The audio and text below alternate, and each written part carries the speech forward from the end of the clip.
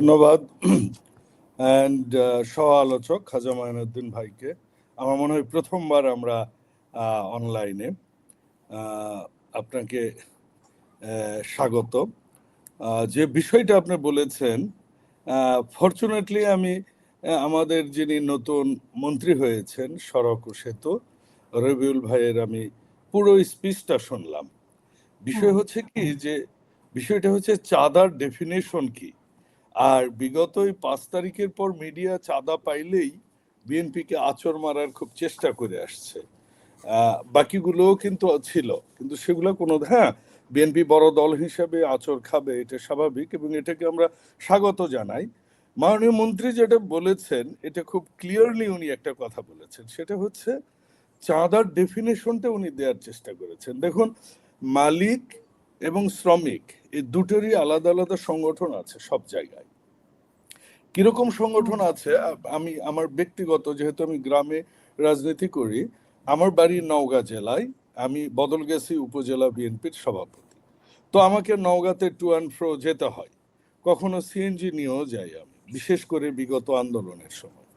তো তখন সেখানে লাঠি সোটা নিয়ে কিছু লোক একটা তাঁবুর মতো দিয়ে তারা বসে থাকতো এবং সিএনজি গুলোকে রাস্তায় যেতে দিত না।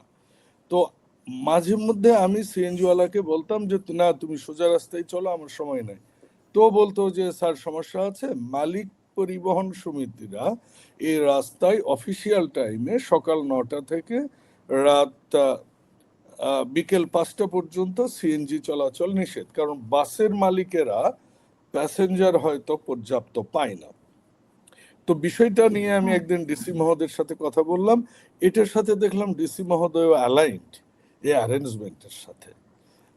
তো বিষয় হচ্ছে যে রবিউল সাহেব যেটা বলেছেন যে যেটা মালিক পরিবহনের সাথে প্রত্যেক বাস ভিত্তিক যে নিজস্ব অর্গানাইজেশনের জন্য যে মাসিক বা বাস প্রতি তারা যেটা তোলে, এটা মালিকদের বিভিন্ন কল্যাণে ব্যবহৃত হয়। শ্রমিকরা যেটা তোলে সেটা শ্রমিকদের স্লিপ দিয়ে কল্যাণে। এটাকে উনি চাঁদা বলছেন না, উনি ডেফিনেশনটা দিয়েছেন। আর উনি বলছেন যে চাঁদা সেইটাই, মনে করুন যে বিএনপি বা জামাত বা জাতীয় পার্টি বা এনসিপির কেউ বাস থামিয়ে দলীয়ভাবে চাঁদা নিচ্ছে, সেটাকে উনি চাঁদা হিসেবে ডিফাইন করেছেন। জাস্ট এই কথাটাই উনি বলেছেন। এখন তার পরের কথা যেটা আপনি বললেন যে আমাদের আরেক মন্ত্রী যেটা বলেছেন শহীদউদ্দিন চৌধুরী আনি ভাই, সেটা হচ্ছে যে উনি বলেছেন চাঁদা কোনোভাবে, রবিউল ইসলামেরও কথা সেটাই, যে কোনো দলীয় কোনো চাঁদা কোনোভাবেই বরদাস্ত করা হবে না।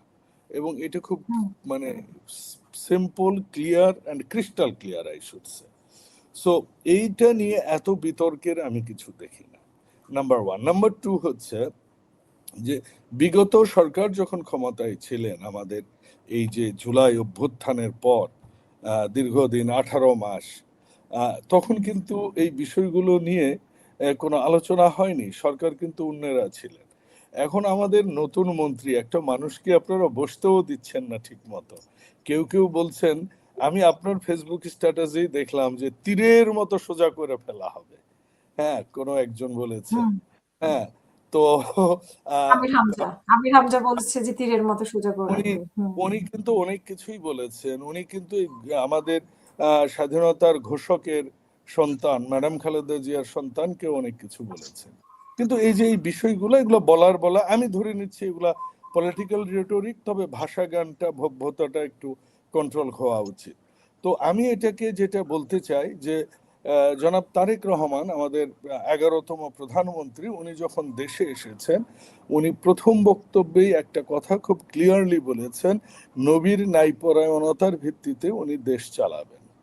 এরপরে উনি যেটা বলেছেন যে দুর্নীতিটা উনি কোথাও হতে দিবেন না। আপনি দেখেছেন যে এইটা নিয়ে কিন্তু আজকে আলোচনা হইলে আমরা আরো অনুপ্রাণিত বোধ করতাম। সেটা হচ্ছে যে আমাদের যে যারা আমরা পার্লামেন্ট মেম্বার হয়েছি, প্রথম দিনেই কোন পার্লামেন্ট মেম্বার যখন একটা প্রস্তাব দিলেন যে আমরা কেউ গাড়ি নিব না, আমরা কেউ প্লট নিব না, এটাকে কিন্তু প্রত্যেকটা মেম্বার এত জোরে ক্লাবিং করে, আমি নিজেও অবাক হয়েছি যে this should be the headline. এখন এই হেডলাইন করতে যে কেউ বলছেন ভাই জামাতের গুলাও তো নিবে না বলেছে, তাই না? কিন্তু জামাতের গুলো নিবে না এটাকে আপনি অ্যাপ্রিসিয়েট করছেন, বিএনপি নিবে না এটাকে কিন্তু আপনি হেডলাইন করছেন না। বিএনপির একজন সেতুমন্ত্রী যখন নতুন মন্ত্রী বসে একটা জিনিসটা আপনি যদি পুরোটা শোনেন আপনি দেখবেন he just defined the situation and he clearly mentioned over there as well যে এখানে কোনো চাঁদাবাজি চলবে না, যে অর্থে আপনারা চাঁদাবাজিটা বলছেন। আপনাকে বলে রাখি আজকে আমরা ওত নিয়েছি কয়দিন হলো, 17 তারিখ, তাই না?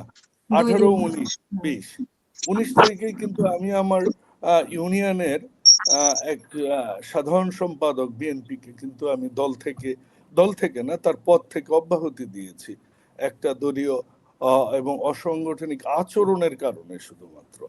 তো আমাদের এগুলো কিন্তু নিউজ হচ্ছে না।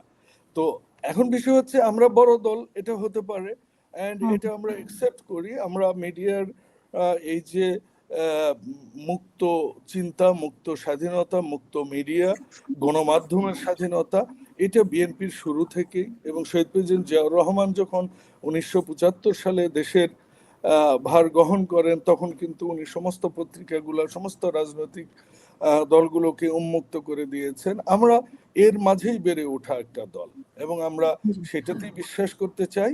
এবং এই আরেকভাবে যদি আমি বলি, হ্যাঁ ধন্যবাদ, জিনিসটা আমরা ক্লারিফাই করতে পারছি মিডিয়ার সামনে, এবং এর বেশি কোনো কিছু না। অসংখ্য ধন্যবাদ।